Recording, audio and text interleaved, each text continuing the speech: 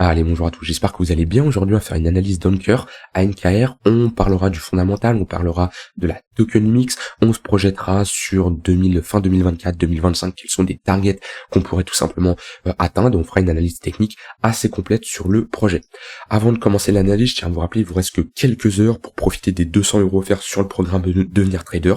Donc c'est vraiment le dernier moment si tu veux développer ta stratégie, être autonome sur les marchés. Tu as plus de 25 heures de vidéos qui t'attendent pour que tu sois 100% autonome sur les marchés avec un accompagnement de mon côté, d'accord, l'accès au groupe privé plus un coaching qui t'est réservé. Voilà, 15 modules qui vont te préparer à développer ta stratégie de trading, tes setups, ton plan de trading, avoir une bonne gestion de ton risque et bien savoir analyser les marchés. Tu as 200 € offerts jusqu'à ce soir, le lien est en description et si tu as des questions, n'hésite pas à me contacter en message privé.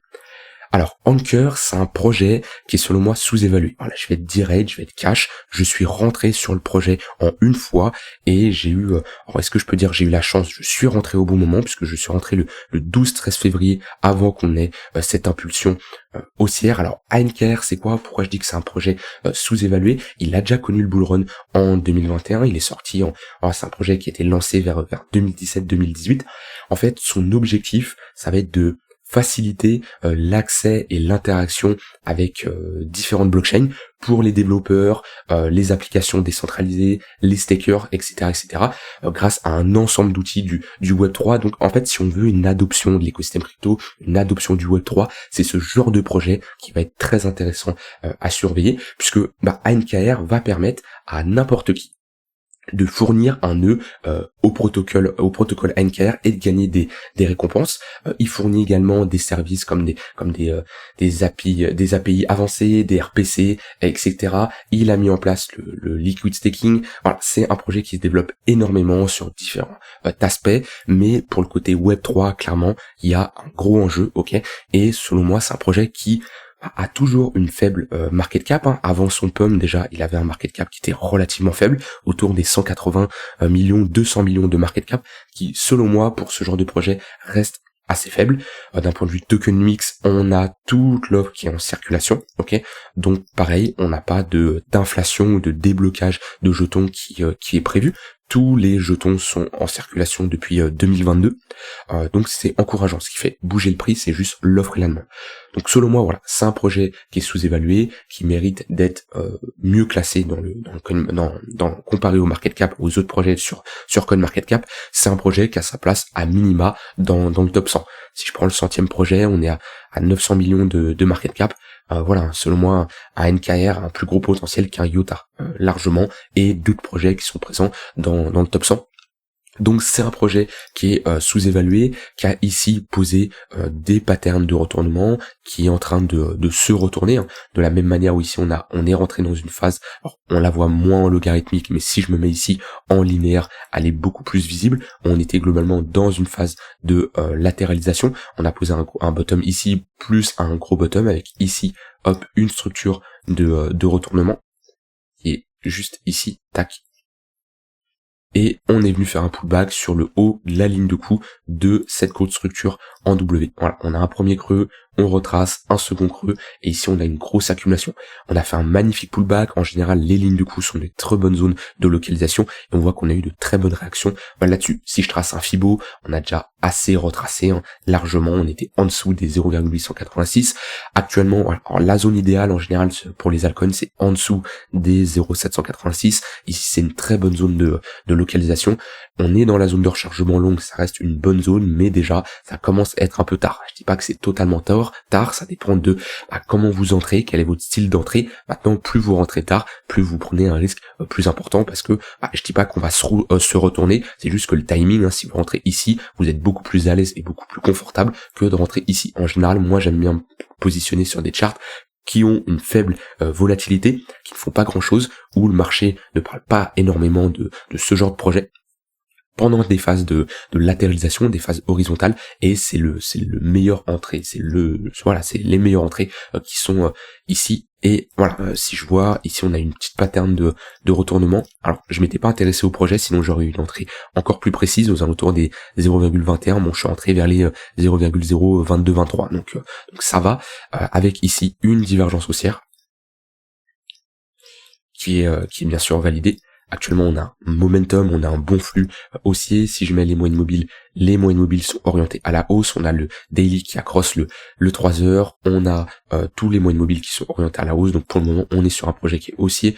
On voit que le 4 heures fait office de support, le 1 heure au-dessus du 4 heures, le 15 minutes est au-dessus du 1 heure. Bref, ici pour moi, on a posé un bottom définitif. Si je me mets en monthly, voire en trimestriel, ici en clôture, on a une structure en W. Pour moi, c'est ici une pattern bullish et il y a peu de chances pour NKR de revenir chercher ces creux vu qu'on a validé un bottom. Dans le même scénario que ici, où là on n'a pas un W trimestriel mais on a un W monthly, ok, c'est une structure où ensuite au moment où on la break, on peut faire un pullback sur la ligne de coup, mais on n'est pas revenu chercher les précédents creux, d'accord, des phases d'accumulation. Si le projet a une réelle valeur et que on passe de phase d'accumulation en réaccumulation, on ne réintègre pas un précédent niveau où on a eu une accumulation, d'accord, ça c'est vraiment important. Les niveaux à surveiller, alors on va regarder ça. Alors déjà, on va mettre un retracement de Fibonacci en prenant le sommet le plus haut, le creux le plus bas, et on va chercher des confluences entre des zones de résistance en fonction de l'action du prix et des retracements de Fibo. Alors déjà, on est en train de buter ici sur un niveau assez important, puisqu'on était bloqué globalement dans un range. On a ici une borne basse aux alentours des 0,6, une borne haute qui va être globalement ici notre haut de range. Alors ça dépend si on prend les clôtures ou les mèches, ça c'est libre à vous en fonction de comment vous préférez définir vos extrémités. Et voilà, on était bloqué entre deux bornes, et cette borne là on la break à la baisse, et actuellement cette zone de support on la flip en résistance. On voit qu'on réintègre ce niveau là. Si ce niveau réintègre là, techniquement on a de grandes chances d'aller chercher le milieu de range voire le haut de range, d'accord, ce qui nous donne une target ici et ici. Maintenant d'un point de vue juste retracement, on a les 0,382, on a les 0,118 également qui sont d'un point de vue confluence sur un niveau assez intéressant, les 0,786 aussi. Il y a quand même pas mal de zones de résistance, les 0,5 de retracement aussi, hein. D'un point de vue action du prix, on voit que c'est un niveau, on a eu pas mal de rejets, ça soit en zone de support ou en zone de résistance. Alors on voit que ça va pas être une zone qui va être facile à passer entre les 0,10 et les 0,17 $, avec une grosse résistance qui est selon moi la plus grosse à l'heure actuelle, c'est les 0,06. Mais si on passe ce niveau-là et qu'on le flippe en support, on pourra s'attaquer au prochain niveau. En tout cas, on a ici posé un gros bottom. Pour moi, c'est des niveaux qu'on peut clairement casser. Alors, c'est pas on va les casser du premier coup, on peut très bien consolider, se faire rejeter et repartir dans une future dynamique haussière, d'accord, mais c'est des niveaux intéressants à surveiller si vous voulez prendre des profits. On prend des profits sur des niveaux de retracement, ok. Lorsque le prix monte, on ne cherche pas à tout vendre d'un coup, on détermine des zones de localisation, et quand le marché y vient, si on a une réaction ou pas, ça dépend de votre manière de fonctionner, et bon, on peut prendre tout simplement des profits. Maintenant, selon moi, NKR a le potentiel de faire un nouvel ATH au vu du projet, au vu de ce qu'il propose. On va mettre des extensions de Fibonacci en prenant le point le plus bas, hop, extension.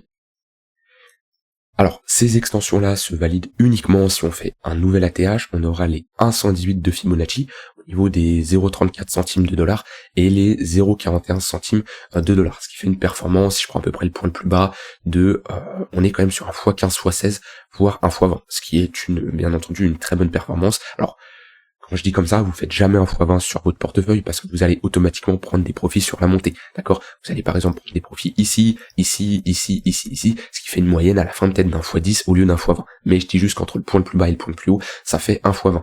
Est-ce que c'est une target qui est réaliste? Parce que des extensions de Fibonacci, je peux en mettre d'autres, je peux mettre les 218, 318, etc. Le but, c'est que ça soit des niveaux réalistes. Et pour ça, on peut regarder le market cap. Un ANKR avec un prix de 0,40, donc 40 centimes de dollars, ça nous fait un market cap. On a une offre en circulation de 10 milliards, donc ça nous fait un market cap de 4 milliards, ok? Déjà, un market cap de 4 milliards, alors, à l'heure actuelle, ça serait peut-être surévalué, ok, parce que oui, c'est un projet qui est à l'heure actuelle sous-évalué en étant 130e en capitalisation, enfin d'après CoinMarketCap. Maintenant, est-ce que c'est un projet que je vois dans le top 5? Non, doucement quand même. On peut estimer qu'un projet est sous-évalué, c'est pas pour ça que c'est un projet qui va concurrencer Ether ou d'autres projets. Par contre, pour vraiment s'y continuer à se développer et qui continue à apporter des solutions comme ils sont en train d'apporter actuellement, c'est un projet qui peut arriver dans le top 50, top 30 selon moi. Top 50, c'est une target tout à fait réaliste, ok. Donc déjà, si on vient dans le top 50, on serait sur du 2 milliards de market cap, ce qui nous donnerait un prix aux alentours des 20 centimes de dollars. Si on retourne à la TH, on est sur, on est sur du, on est sur du top 50 sans prendre en compte que si on a un bull market, on a l'ensemble de l'écosystème crypto qui va augmenter son market cap. Donc automatiquement au final, à NKR, on sera toujours pas dans le top 50. Donc selon moi, pendant un bull market, si vraiment on a une hausse de la capitalisation totale des altcoins, ce qui est déjà le cas depuis plusieurs mois, si je prends Total 3, voilà, on est sur une hausse depuis un moment, très bien. On voit, hein, j'en parlais déjà qu'on validait cette structure de retournement et on a le Total 3 ici, ça exclut BTC et Ether et ça prend le total market cap en excluant les deux mastodontes. Et ben on voit qu'on est dans une bonne tendance haussière. Donc si ANKR va chercher ces niveaux-là, va chercher les 40 centimes de dollars, ça lui fait un market cap aux alentours des 4 milliards. Et si on a une hausse de la capitalisation totale qui fait un x2, c'est-à-dire qu'on aurait potentiellement, alors c'est des suppositions, mais admettons que demain, tous les market cap de l'ensemble des altcoins font un x2, on aurait un ETC à 8 milliards, on aurait un Aptos à 10 milliards, etc., etc. Donc on aurait un NKR qui pourrait avoir le potentiel, selon moi, d'être sur un market cap aux alentours des 4 milliards. Maintenant, si le projet, les gens se rendent compte qu'il y a vraiment une sous-évaluation et il y a un vrai potentiel et on a une vraie utilisation avec une adoption qui est beaucoup plus importante du Web3, c'est un projet qui peut bien sûr avoir une vraie performance et aller bien plus loin que ces 100% d'extension. Maintenant voilà, il y a la valeur réelle. Pour moi, on était sous-évalué. Un projet peut être surévalué pendant un moment. Si demain NKR va chercher les 1, 2, 3 dollars, bon voilà, faut remettre en place le contexte. Un projet peut être sous-évalué, mais peut être très bien surévalué, d'accord. Mais pour moi voilà, c'était une très bonne entrée. Je dis pas que c'est trop tard, je dis juste que l'entrée est moins bonne que quand on était dans une phase de latéralisation, mais c'est un projet qui a selon moi d'un bon potentiel. Maintenant faut savoir prendre des profits et il faut savoir aussi si le projet il évolue mal, si on sait jamais comment un projet peut évoluer, si le projet est délaissé ou il y a des décisions qui sont pas bonnes. Voilà, faut savoir suivre un projet et se rendre compte si le projet évolue pas de la bonne manière. Mais en tout cas, c'est un projet que j'ai dans mon portefeuille long terme et que je vais bien sûr suivre parce qu'il a clairement un bon potentiel. Ça, c'est pour le long terme. Donc voilà, un NKR aux alentours des 0,41 centimes de dollars ne me surprendrait pas lors du prochain cycle. Alors on va pas y aller en 2 semaines, d'accord, mais sur un horizon de temps 1 à 2 ans, c'est une target qui est réaliste. Sur du plus court terme, donc on l'a vu tout à l'heure, on a des moyennes mobiles qui sont bien orientés à la hausse. Pour le moment, la dynamique est haussière. Il n'y a aucun signal de retournement, même si on voit un affaiblissement en daily. Cet affaiblissement n'est pas validé. On a juste une divergence baissière. De toute façon, on la voit sur le prix. On la voit sur le prix parce que ici, on a une forte impulsion. Ok, on retrace, on break le précédent sommet, mais on fait une plus faible impulsion et en plus on réintègre le précédent sommet. Ce qui nous montre que cette première impulsion est beaucoup plus forte que cette seconde. Ce qui nous montre qu'on a tout simplement un affaiblissement. Pas parce qu'on a un affaiblissement qu'on a un retournement de notre dynamique, on peut rentrer dans une phase de range, retrouver un momentum qui est bullish et avoir bien sûr une continuation de nos tendances dans une dynamique haussière. C'est tout à fait logique d'avoir des pauses dans nos tendances et avoir ensuite un prolongement de la tendance. Donc pour le moment, je ne chercherai absolument pas à short, ok. On est sur des points de repère qui étaient les moyennes mobiles, le tunnel 4 heures, on a eu de très bons rejets, ce qui nous montre que la tendance moyen terme reste haussière. Et là, sur du 1 heure, visiblement, on est globalement dans un range. Hop. Ouais, même sur du 1 heure 4 heures là, on est dans un range. Sur du plus court terme. Avec une extrémité haute qui ne doit pas être longue, d'accord, c'est pas une zone où on va chercher des achats, on va surtout se positionner sur des bas de niveau, des extrémités, ok, et prendre des profits sur le milieu, voire l'extrémité opposée. Mais là, chercher à longue en anticipant la cassure, c'est pas une bonne idée. Rappelez-vous, on n'anticipe jamais la cassure. Le but, c'est pas d'anticiper ce que va faire le marché. Le but, c'est d'avoir des niveaux de localisation, des niveaux d'intervention et de réagir en fonction de ce que le marché nous donne sur ces niveaux d'intervention. Voilà, ici, on a un exemple concret. On revient chercher le tunnel 4 heures, on a une divergence haussière, hop, on la valide, on propose des patterns de retournement, alors on en a une première ici, une petite, hop, on en a une seconde ici, et on en a une plus grosse ici. Là, on peut être même sur une pattern en daily.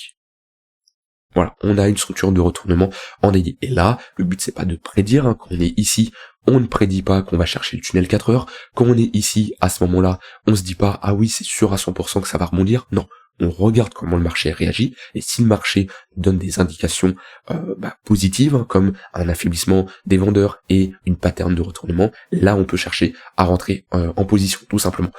Donc voilà, sur du long terme, je suis bullish, on sort d'une grosse phase d'accumulation, on a vu les targets qui étaient réalistes, et sur du court terme, pour le moment, je suis toujours bullish, bien entendu, vu que la dynamique est haussière. Maintenant, je fais très peu d'intraday, de swing trading, ça peut arriver sur des cryptos à faible market cap, mais en général, sur de l'intraday, je me concentre sur des altcoins dans le top 10, top 15 de CoinMarketCap, parce qu'on a des volumes qui sont beaucoup plus importants. Maintenant, sur du swing, oui, il peut y avoir des opportunités de continuation de tendance, qu'on revient comme ça dans le tunnel 4 heures. J'ai dit tout ce que j'avais envie de dire, rien d'autre à ajouter, vous l'avez compris, c'est un projet, je suis investi, et selon moi c'est un projet intéressant. Maintenant, ça c'est très subjectif, ça dépend de vous et de vos convictions personnelles, c'est pas parce que c'est un projet qui m'intéresse qui doit absolument vous intéresser, ok. Voilà, l'analyse fondamentale ça reste assez subjectif et ça dépend de vos convictions personnelles. J'ai rien d'autre à ajouter, je vous rappelle, vous avez jusqu'à ce soir pour profiter des 200 € offerts sur le programme Devenir Trader, ensuite le prix doublera, le lien est en description. Je vous souhaite une très bonne fin de journée, on se retrouve demain pour une prochaine vidéo, bye bye.